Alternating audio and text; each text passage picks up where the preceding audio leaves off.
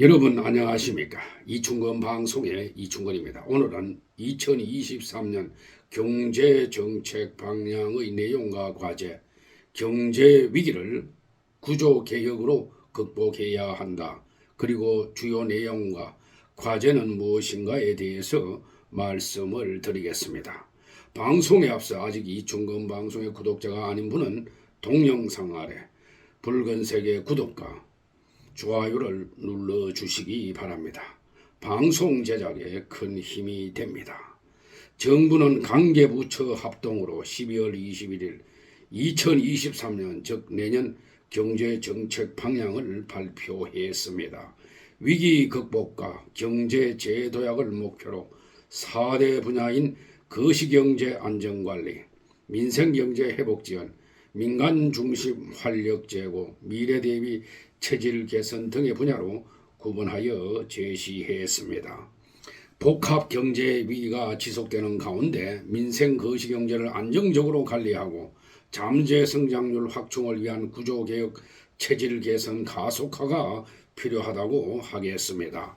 먼저 거시경제 안정관리를 위해서는 거시정책조합, 금융시장 안정, 잠재 리스크 대응, 부동산 시장 연착륙, 에너지 위기 대응 등으로 구분하여 제시했고, 민생경제 회복 분야로는 물가 안정, 생계비 부담 경감, 약자 복지 확충, 고용 안정, 소상공인 지원 강화 등을 제시했으며, 민간 중심 활력 제고는 수출 활성화, 투자 촉진과 규제 혁신, 신성장 4.0 전략 추진, 중소벤처기업 활성화, 공정시장 구현 등을 제시했고, 미래 대비 체질 개선은 3대 구조개혁과 3대 경제혁신, 인구와 기후위기 대응, 경제안보 강화, 상생 및 지역균형 발전 분야 등으로 구분해서 제시를 했습니다. 특히 거시경제 정책조합에서 눈에 띄는 것은 건전재정 기조를 유지하면서 집행관리 등으로 경기 대응을 강화하겠다는 것과 거시당국 간 정책 공조를 강화하고 위기 감지와 대응력을 제고하겠다고 한 것은 바람직한 것으로 보여집니다.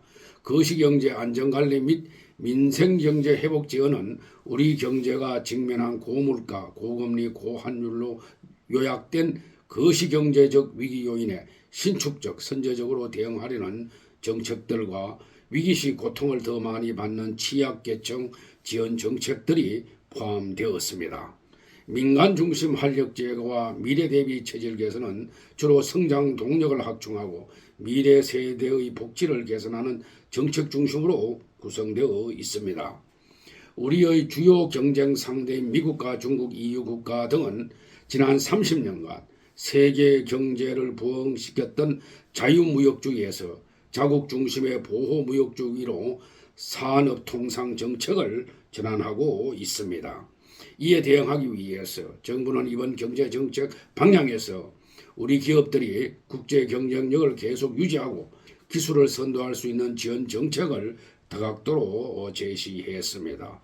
규제 혁신 노력을 가속화하는 정책, 연구개발 및 시설 투자를 유인하려는 다양한 세제금융 지원 정책, 신성장 4.0 전략 등이 여기에 속합니다. 통상 기업의 투자 의사결정은 즉흥적으로 이루어지지 않고 미리 짜놓은 계획에 따라서 이루어지기에 정부 정책에 반응하기 위해서는 시간이 필요합니다. 정부는 투자 증가분에 대한 세액 공제율을 일괄 10%로 상향하는 유인 정책의 유효 기간을 2023년 한 해로 한정했는데 이보다는 더 연장해 주는 것이 좋을 것 같습니다. 이번 정책 방향에는 지난 6월 경제정책 방향에서 언급되지 않았던 8대 사회보험의 통합재정 추계를 실시하는 방안을 중장기적으로 검토하겠다는 계획이 포함되었습니다. 여기서 8대 사회보험은 국민연금, 공무원연금, 사학연금, 군인연금 등 4대 공적연금과 건강보험, 고용보험, 노인장기 요양보험, 산재보험 등 4대 사회보험을 가리킵니다. 현재 정부는 국민연금의 제5차 재정 계산을 수행하고 있기에 나머지 7개 사회보험에 대한 재정 추계를 현재 충분히 실시하고 있는 환경이 마련되어 있습니다. 그럼에도 이를 중장기적으로 검토하겠다는 것은 다소 문제가 있습니다. 대통령도 건강보험 분야의 재정에 우려를 표할 정도라면 반드시 8대 사회보험 재정에 대한 종합적인 점검이 필요하다고 하겠습니다. 또한 국민연금 개혁은 기초연금, 건강보험, 공무원연금 등 다른 사회보험의 개혁과 함께 종합적으로 고려될 때 성공적인 개혁이 될 가능성이 높습니다. 이는 국민연금뿐만 아니라 나머지 사회보험도 우리가 부담하고 우리가 혜택을 받을 것이기에 전체 그림을 보아가며 퍼즐을 맞추는 것이 더 합리적이기 때문입니다. 그리고 기재부는 세계 경제 정책 방향을 발표하면서 내년 경제 성장률은 올해의 2.5%보다 크게 낮아진 1.6%에 그칠 것으로 전망을 했습니다. 이는 ADB의 1.5%라든가 한국은행의 1.7%, KDI의 1.8%, OECD 1.8%, IMF 2.0% 등의 국내 기관들이 모두 저성장을 예고했지만은 이와 비슷하거나 낮은 전망치를 제시했습니다. 한국 경제를 둘러싼 대내외 사정은 크게 좋지 않습니다. 경제의 주력 엔진인 수출은 지난 10월부터 감소세로 돌아섰고 연말까지 500억 달러의 사상 최대 무역 적자가 확실합니다. 미중 갈등, 우크라이나와 러시아의 전쟁, 중국의 코로나 확산 등 글로벌 여건은 어느 것 하나 풀릴 기미가 보이지 않고 있습니다. 국내적으로는 고물가, 고금리에 따른 소비 투자 위축과 고용 한파가 덮쳐오기 시작했습니다. 새해 경제 침체는 세계적인 현상이지만 우리 경제의 부진이 더 심각한 편입니다. OECD가 전망한 내년 세계 경제 성장률은 2.2%로 우리보다 더 높습니다. 우리나라는 글로벌 금융위기 이후 코로나 때인 2020년 한 해를 빼놓고 11년간 세계 평균을 밑도는 성장에 그치고 있습니다. 올해 성장률은 선진국 클럽인 OECD 평균 2.8%보다도 낮을 것으로 전망이 됩니다. 일시적인 현상이 아니라 경제의 성장 능력 자체가 가파르게 쪼그라들고 있기 때문입니다. 한국 경제의 잠재 성장률은 2000년대 초반 5% 안팎에서 지금은 2%대까지 내려갔습니다. 경제가 활력을 잃고 생산성이 저하되면서 새로운 성장 동력을 찾아내지 못한 가운데 저출산과 고령화가 급격하게 진행되고 있기 때문입니다. OECD 38개 국가 중에서 우리보다 잠재 성장률 하락폭이 큰 나라는 티르키예와 칠레뿐입니다. 윤 정부는 엄정한 위기의식을 바탕으로 물가 안정과 경기 침체 방어라는 두 마리 토끼를 잡기 위해서 신축적으로 정책을 운영함과 동시에 경제 위기 이후 도약을 위해서 신성장 전략과 노동, 교육, 연금 계획을 추진하기로 했습니다. 재정을 투입해서 단기적으로 성장률을 높이는 대신에 성장률이 낮아지더라도 노동개혁 등을 통해서 잠재 성장률을 높여 윤 정부 임기 마지막 해인 2027년 국민소득 4만 달러 시대를 연다는 것인데 올바른 방향입니다. 내년 기업의 투자 증가분에 대한 공제율을 10%로 상향해서 투자 기업에 세제 인센티브를 주는 등 민간과 시장 주도로 경제 활력을 돌게 한다는 정부의 기본 방향도 유지했습니다. 수출 총력 지원, 방산 원전 분야 세일즈 외교 강화, 규제 권한 지방 이양 등도 추진이 됩니다. 문 정부의 반시장, 반기업 정책과 대비되는 상식적인 경제 정책입니다. 미래 산업 중심 성장 동력 확보를 위한 신성장 4.0 전략과 함께 3대 개혁도 집중 추진하기로 했습니다. 윤석열 대통령도 11월 21일 첫 신년 업무 보고에서 수출 지원과 미래 전략을 강조하면서 2023년을 개혁 추진의 원년으로 명명했습니다. 노동과 교육, 연금 개혁은 인기가 없더라도 국가 미래를 위해서, 미래 세대를 위해서 반드시 해내겠다는 것입니다. 성장 능력을 회복하려면 구제 개혁을 통해서 경쟁력을 높이고 경제의 혁신과 활력을 불어넣는 방법밖에는 없습니다.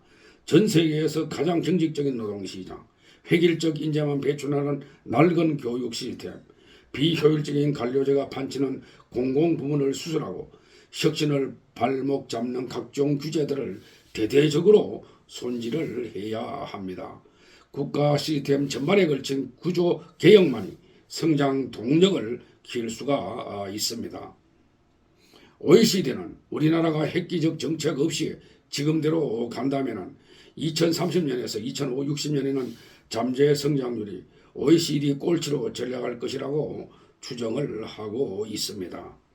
전임 문 정부는 눈앞에 닥쳐온 시급한 구조개혁 과제는 손대지 않았고 세금을 풀어 진통제만 놓아주는 포퓰리즘적 정책 처방으로 5년을 허비했습니다.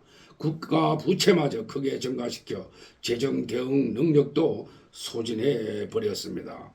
윤 정부는 노동교육연금의 3대 분야를 비롯한 개혁 과제를 반드시 추진하겠다면서 2023년을 개혁 추진의 원년으로 삼겠다고 했습니다. 이는 바람직한 방향인 것으로 판단이 됩니다. 복합 위기의 폭풍 후에 맞서 구제 개혁을 속도감 있게 추진해 경제 체진을 개선할 수가 있다면 내년의 경제 침체는 기회가 될 수도 있습니다. 윤 대통령이 제시한 국정 화두는 야당의 협조 없이는 성공할 수가 없습니다. 정부와 여당은 협치의 정신을 되새겨야 하고 더불어민주당은 의석수를 앞세워 정부 핵심 정책을 가로막지 말아야 합니다. 그래야 경제 위기를 극복하고 미래로 나아갈 수가 있습니다.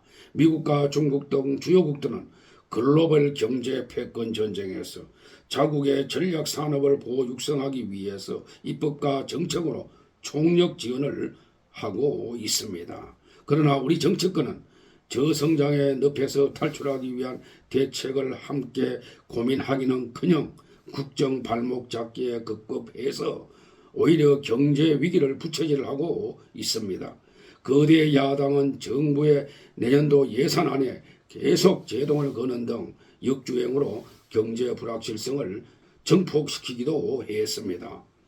여야 정치권이 예산과 입법으로 경제 위기 극복을 도와주지는 못하고 대래 걸림돌만 된다면 우리 기업들이 치열한 글로벌 전장에서 도태될 수밖에 없습니다.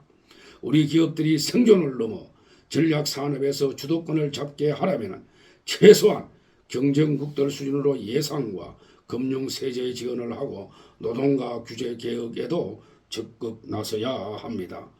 기업들의 규제를 풀어주고 기업하기 좋은 환경을 만들어 주어야 합니다. 지금이야말로 정쟁을 멈추고 정치를 복원해 경제 위기 극복과 국민 통합을 위해 힘을 모아야 할 때입니다.